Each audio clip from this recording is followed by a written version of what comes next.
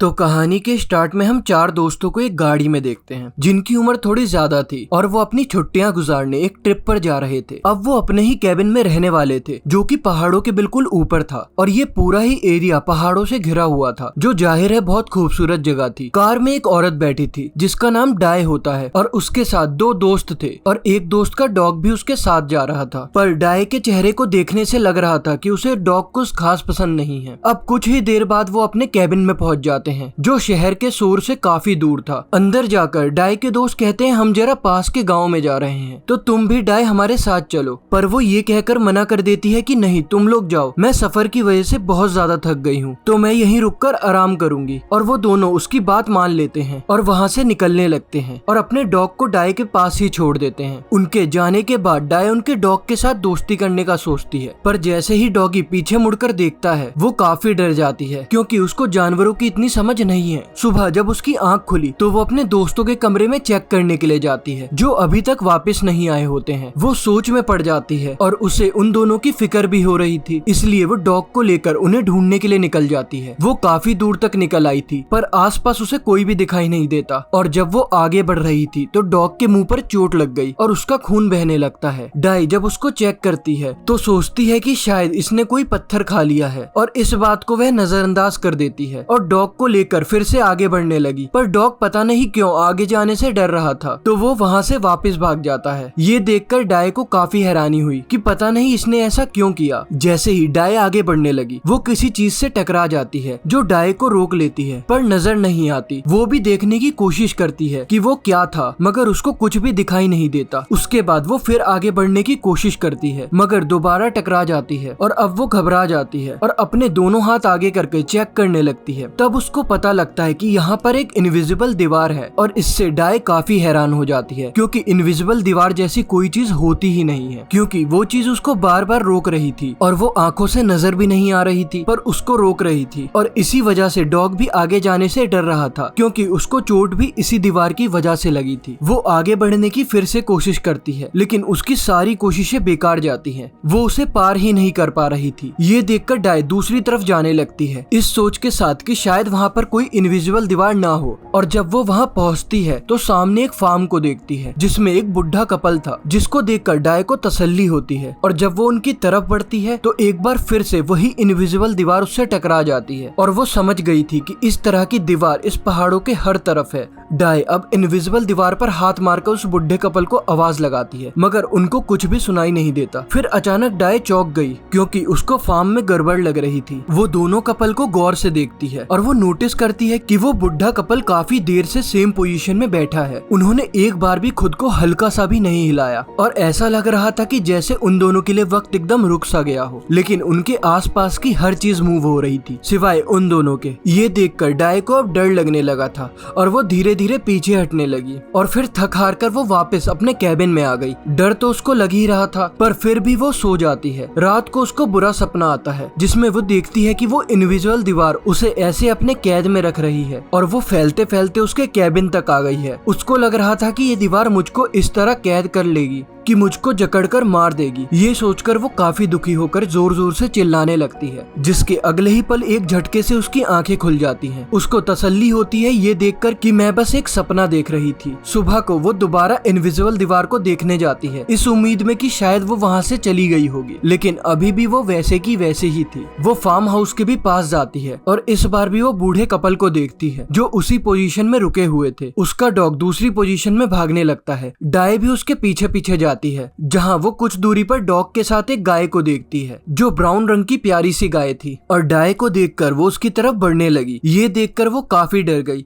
और उसको कुछ समझ नहीं आता कि कहां भागू, लेकिन वो गाय उसको कुछ नहीं कहती और एक जगह रुककर घास खाने लगती है और अब वो भी डाय के पीछे पीछे जाने लगी। ये देखकर वो उसको अपने कैबिन में ले आई क्योंकि अब वह उसका घर बन चुका था और अब एक तरीके से वो उस गाय को अपनी मुसीबत ही समझ रही थी क्योंकि अब डाय को रोज उसके लिए चारे का इंतजाम करना होगा। मगर वो बेचारी बेचारी अकेले थी, इसलिए वो गाय को अपने साथ रखने का फैसला करती है और वो गाय का दूध निकालने लगती है और गाय का दूध पीकर वो आज तो अपनी भूख मिटा लेती है। पर उसे इस बात की फिक्र हो रही थी कि धीरे धीरे खाना यहाँ पर खत्म हो रहा है। अगली सुबह जब डाय जागी तो उसे एक आइडिया आया और अब वो दोस्त की गाड़ी के जरिए इस दीवार को पार करने की सोचती है। वो गाड़ी में बैठकर जोर से उस गाड़ी को दीवार से टकरा देती है, जिससे गाड़ी का आगे का हिस्सा पूरी तरीके से खराब हो जाता है। और तो और डाय के सर पर भी चोट लग जाती है, लेकिन इस इनविजिबल दीवार को कुछ नहीं होता, हल्की सी खरोच भी नहीं आई थी और वो वैसे की वैसे ही है। डाय को दीवार के उस पार एक गाड़ी खड़ी हुई दिखाई दी, जिसका कोई फायदा नहीं था क्योंकि उसके अंदर भी कोई नहीं था। इन्हीं हालात की वजह से वो बेचारी काफी मायूस हो जाती है और वो वापस अपने कैबिन में आ जाती है और फूट फूट कर रोने लगती है, क्योंकि उसे अब तक अंदाजा हो गया था कि वो वहाँ से कभी नहीं निकल पाएगी। अब जाहिर है कि इस हालात में अच्छा भला इंसान भी हार मान जाता है। वो इस तरह मायूस हो गई थी कि उसे दिमाग में उल्टे सीधे ख्याल लाने लगे थे और अब वो रोज ढेर सारी घास काटकर अपने गाय को लाकर खिलाती है और उसका दूध पीकर अपना गुजारा चलाती है। जिंदा रहने के लिए ऐसे उसने अपने 3 महीने गुजार दिए और अब वो वहाँ पर सब्जियां उगाने का सोचती है। वो कैबिन के सामने वाली जमीन को खोदकर वहाँ अलग अलग तरीके की सब्जियां उगा देती है। डाय हर दिन गुजरने के साथ एक कैलेंडर पर निशान लगाती है और पूरा दिन उसने जो भी किया वो सब कुछ कागज पर लिखती है। अब क्योंकि वो जानवरों के साथ रह रही थी तो उसे जानवरों के बारे में काफी कुछ पता लग गया था और उनके साथ अच्छे से घुल मिल भी गई थी। अगले दिन यहाँ बहुत तेज बारिश होने लगी। डाय जब अपने कैबिन में बैठी थी तो उसे बाहर से किसी की आहट महसूस हुई और उसने जब बाहर जाकर चेक किया तो वहाँ कैबिन के बाहर एक बिल्ली बैठी हुई जो बेचारी बारिश में काफी भींगी हुई थी। तो वो उसे भी कैबिन के अंदर ले आती है और उसे अच्छे से साफ करके एक जगह पर बैठा देती है। वो बिल्ली भी उनकी तरह अकेली थी और डाय उसे भी पालने का सोचती है और अब वो लोग डाय की एक फैमिली बन गए थे। और अब वक्त के साथ साथ डाय शिकार करना भी सीख गई थी, क्योंकि उसकी बोई हुई सब्जी को उगने में अभी काफी टाइम लगेगा, मगर शिकार करते हुए अक्सर उसे बहुत मुसीबतों का सामना भी करना पड़ता था, जैसे चोट लग जाया करती थी। पर वक्त गुजरने के साथ साथ वो इस चीज में काफी माहिर हो गई थी और इस चीज में उसका साथ उसका डॉग भी दिया करता था। पर एक दिन जब वो शिकार के लिए निकल रही थी तो उसकी नजर सामने खड़े हुए ट्रक पर गई, जिसे अक्सर आते जाते हुए वो देखा करती थी। लेकिन आज वो ट्रक काफी करीब खड़ा हुआ वो नजर आ रहा था, जिसको देखकर उसको ये उम्मीद हुई कि शायद उसके अलावा यहाँ कोई और भी है और वो वहाँ से निकल सकती है। मगर जैसे ही वो ट्रक के करीब जाती है वो फिर से उसी इनविजिबल वॉल से टकरा जाती है, जिससे उसकी सारी उम्मीदें भी टूट जाती हैं। वो वहाँ से वापस आ ही रही थी कि तभी उसकी नजर अपनी पहाड़ी के पास बने घर पर गई। वो दूरबीन लेकर वहाँ पर देखने लगी, पर बदकिस्मती से वो घर भी खाली था, वहाँ कोई नहीं रहता था।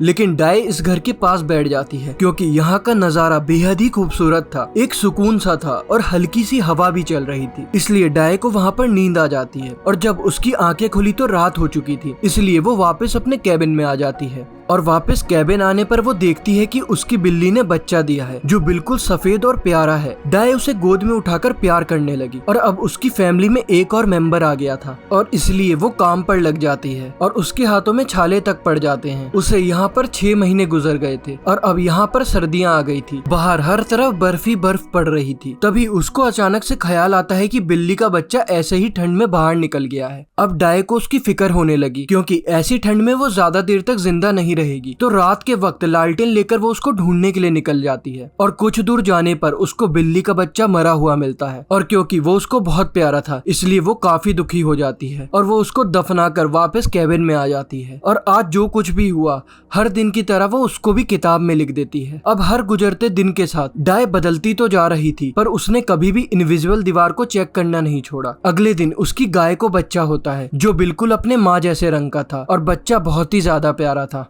और बिल्ली के बच्चे के मरने के बाद जो डाय की जिंदगी में कमी आई थी वो आज पूरी हो गई और अब उसे यहाँ रहते रहते पूरा 1 साल हो गया था। पर एक दिन जब वो बोर होने लगी तो अपने जानवरों को घुमाने वही पहाड़ी वाले घर पर ले आती है जो जगह उसको काफी पसंद थी। और आज रात डाय यहीं रुकने का फैसला करती है और टाइम बहुत जल्दी निकलता जा रहा था। गर्मियां भी निकल गई और अब फिर से पतझड़ का मौसम आ जाता है और जल्दी ये दिन भी गुजर जाते हैं, जिसके बाद अब यहाँ सर्दियां आने वाली थी और यहाँ पर डाय ने अपने पूरे लकड़ी जलाने का बंदोबस्त कर लिया था ताकि उसको और उसके जानवरों को इस बर्फीले ठंड में कोई दिक्कत ना हो। एक दिन बाहर जोरों से ठंडी हवा चली और डाय को बाहर किसी चिड़िया की आवाज सुनाई दी और जब वो वहाँ चेक करने गई तो बाहर पेड़ पर वो एक कौवे को देखती है जो वहाँ अकेले बैठा था और उसका रंग बिल्कुल सफेद था। और अब डाय यहाँ पर समझ जाती है कि बाकी कौवे ने इसका साथ इसके रंग की वजह से छोड़ा होगा, तो वो उसका अकेलापन समझ जाती है और उससे बेहतर कौन जानता होगा कि अकेला रहना कितना मुश्किल होता है। वो उस कौवे को भी अपने साथ शामिल कर लेती है और ऐसे ही वक्त गुजरता गया और फिर से 1 साल बीत जाता है और एक दिन फिर से डाई अपना वक्त गुजारने के लिए अपने जानवरों को लेकर पहाड़ी वाले घर पर जाती है। पर हमेशा की तरह उसे इस बार वहाँ पर अच्छा नहीं लगता, क्योंकि डाई अपनी इस कैद भरी जिंदगी से ऊब चुकी थी और यही वजह थी कि उसे यहाँ पर सब कुछ बेकार लग रहा था। तो वो अपने जानवरों को लेकर वापस अपने कैबिन में आ जाती है और यहाँ उसे 3 साल गुजर गए थे। और एक दिन जब वो अपने डॉग के साथ शिकार करके वापस आ रही थी, तब उसे अपने गाय के बच्चे की चिल्लाने की आवाज आती है, जो सुनकर वो घबरा गई और देखती है कि कोई आदमी कुल्हाड़ी लेकर उसकी गाय को मारने की कोशिश कर रहा है। उसे कुछ समझ नहीं आता कि वो क्या करे। वो जोर से चिल्लाती है। वो इनविजिबल दीवार ऐसी है जिससे अंदर आना तो इंसान के बस की बात है, पर यहाँ से निकलना किसी के बस की बात नहीं। वो आदमी फिर भी कुल्हाड़ी नहीं छोड़ता। हालांकि डॉग भी उसको रोकने की कोशिश कर रहा था और वो उसके हाथ पर काट भी लेता है, लेकिन वो आदमी तो जैसे उसको मारने के लिए पागल ही हो गया था। डाई को कुछ समझ नहीं आता। वो वहाँ से अपने कैबिन की तरफ भाग कर जाती है और जल्दी से अपनी गन लेकर बाहर आती है, लेकिन आने में उसको देर हो गई थी, क्योंकि तब तक उस आदमी ने उसकी गाय के साथ साथ उसके डॉग को भी मार दिया था। ये देखकर तो जैसे वो पागल ही हो गई और अपना कंट्रोल खो देती है। वो उस आदमी की तरफ गन करके उसके सीने पर गोली मारती है, जिससे वो वहीं मर जाता है। और इसके बाद भी जब उसको गुस्सा ठंडा नहीं होता, तो वो आदमी की लाश को पहाड़ से नीचे फेंक देती है और रोते रोते गाय के बच्चे और डॉग को वहीं पर दफना देती है। और वो दुखी होकर एक जगह बैठ जाती है, क्योंकि अब उसकी फैमिली में सिर्फ उसकी एक गाय बची थी। वो अपनी गाय को लेकर वापस कैबिन में आ गई और अपने दुखों को अपने किताब के आखिरी कागज पर लिखकर इस किताब को पूरा कर देती है। अब इस कहानी के जरिए हमें बताया गया है कि इंसान की जिंदगी ऐसी ही है। इंसान को अपनी मुश्किलों की वजह से ये नहीं सोचना चाहिए कि जिंदगी कब दी एंड हो रही है, या फिर वो ये सोचते कि मेरी जिंदगी खत्म ही हो जाए तो अच्छा है, बल्कि ये जिंदगी जैसी भी है इंसान को खुशी खुशी गुजारनी चाहिए, क्योंकि तभी आप लोग सुकून से रह पाएंगे। क्योंकि असली जो खुशी है वो इंसानों को अपने सफर से मिलती है, ना कि पैसों से। और इसी मैसेज को दिखाते हुए ये मूवी यहाँ पर एंड हो जाती है।